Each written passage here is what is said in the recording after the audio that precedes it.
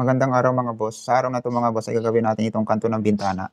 Dahil in-adjust natin ito at binago natin ang design ng ating bintana. Dati ay maliit lang ito mga boss pero hindi ako naging komportable sa liit ng bintana. Dahil ang mindset ko dati mga boss, dahil dito talaga mga boss ay nakatapat sa dagat ay malakas ang hangin. Pero ginawan ko na ng paraan at in-adjust ko para maganda tingnan at medyo nilakihan ko mga boss.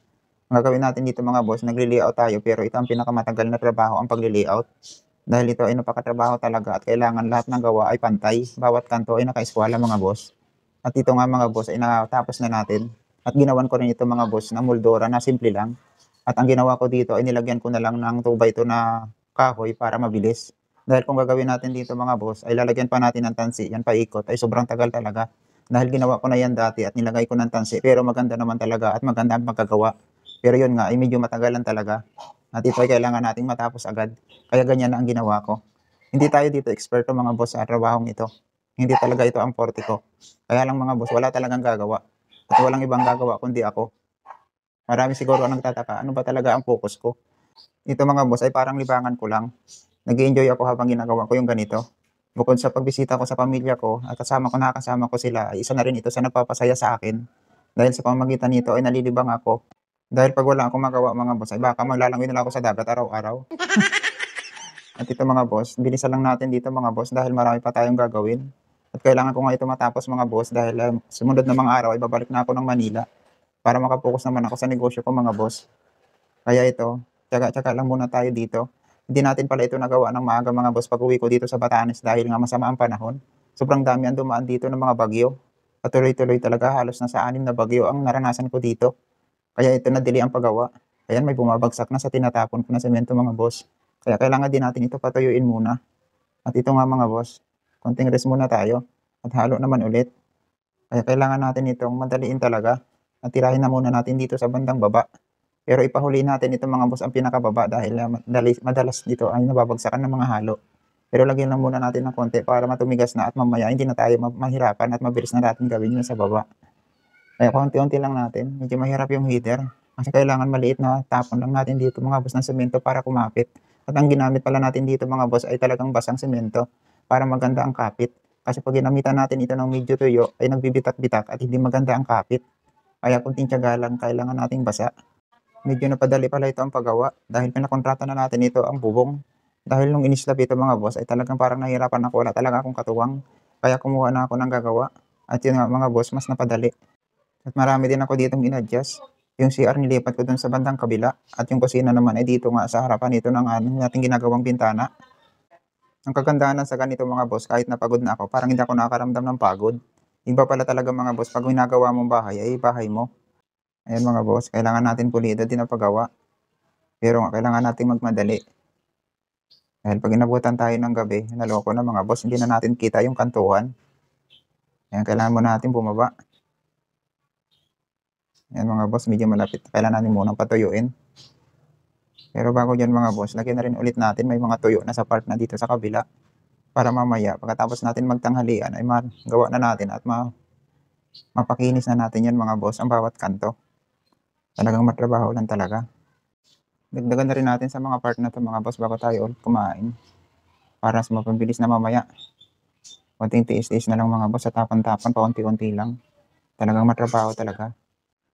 Mukhang nagugutom na ako mga boss. Mag-aalas 12 na siguro. Pero kakain na tayo maya-maya. Ayan, malapit na rin natin mapantay para mapatuyo na natin. Linis-linisin na lang natin at kakain na nga tayo. Para mamaya, saglit na lang. Pero bago yun, papalan na rin natin itong mga mas malalim pa sa part na to.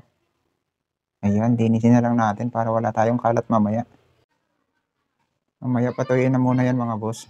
Habang pinapatuyo natin yun, ay nagputol tayo kanina ng mga dowels, ng mga bakal.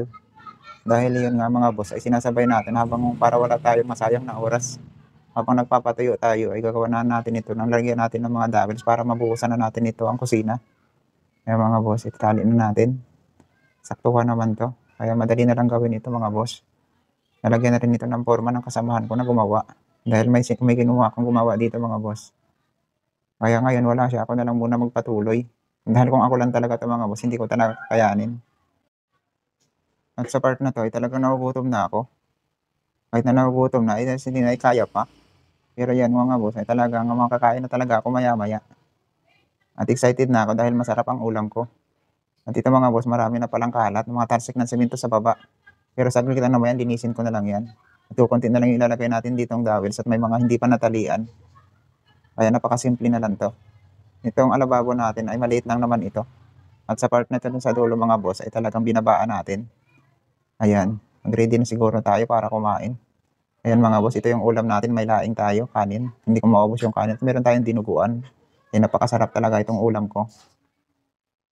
Ayan mga boss, balik na ulit tayo at natapos na tayong kumain. Walang pahinga, konti lang, konting rest lang pero kailangan nating matapos kasi hindi po pwedeng ipagpaliban ng matagal dahil nga natutuyo na yung semento at kailangan na natin ito mabara at para kuminis na sa part na to mga boss. Konting tiyaga-tiyaga lang talaga. Ay kung mahina ang pasensya mo dito ay wala talaga. Maiinip ka talaga sa ganitong trabaho. Kailangan dito tiyagaan dahil lahat naman talaga mga boss ng mga trabaho, ano mang ginagawa natin, kailangan matyaga tayo. Isa yan sa reason kung bakit natin napapatagumpayan kung ano yung goal natin na gusto nating marating sa buhay. Basta mayroon tayong tiyaga ay talaga makukuha natin. Gaya nga nito na ginagawa ko, kung hindi ako dito matyaga, wala na, suko na. Kaya gaya na ng banggit ko, talaga nag-i-enjoy ako habang ginagawa ko ito. Para lang ako naglalaro. Kahit na panay simento na yung kamay ko at paa ko. At ang libangan ko din dito mga boss ay masarap magkape dito sa tabi ng dagat. At ang sarap dito kumain. Kaya maganda mga boss, pag dito ang bahay mo, talagang mag-i-enjoy ka at napakaganda pa ng view. Yun nga lang mga boss, ang problema ay kung wala kang ulam at wala kang maulam, gutom ang abot natin. Hindi naman tayo mabubusog sa view lang, kahit napaganda ang view yan, kung makalaman sikmura natin ay kawawa tayo mga boss. Kaya mga boss, sa panahon ng mga bear months dito sa Batanes ay talagang kailangan meron kang supply ng mga pagkain mo at ulam mo. Dahil pag umabot ang maraming bagyo, dumating man dito yung bagyo ay handa ka. Dahil mahirap talaga ang transportation dito ng mga gulay at iba pang mga pagkain. Kaya dapat laging handa tayo mga boss.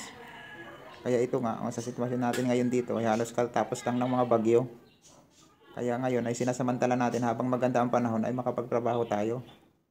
At ito nga, malapit na tayo matapos at papakinisin na lang natin ito at linisin natin yung rodela. Dahil nga ay madikit ang semento. Kailangan ito mga boss ay lagi linisin pagkatapos gamitin. Kaya lang minsan pag namamadila ako pag sa gabi ay wala na.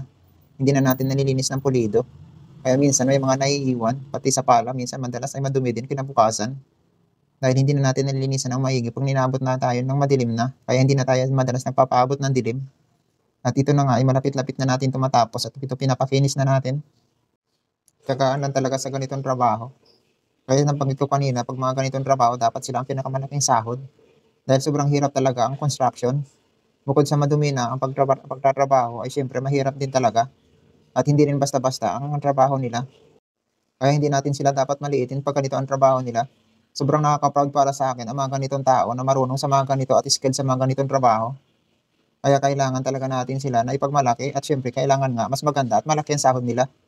At ito na nga, medyo palapit na tayo matapos.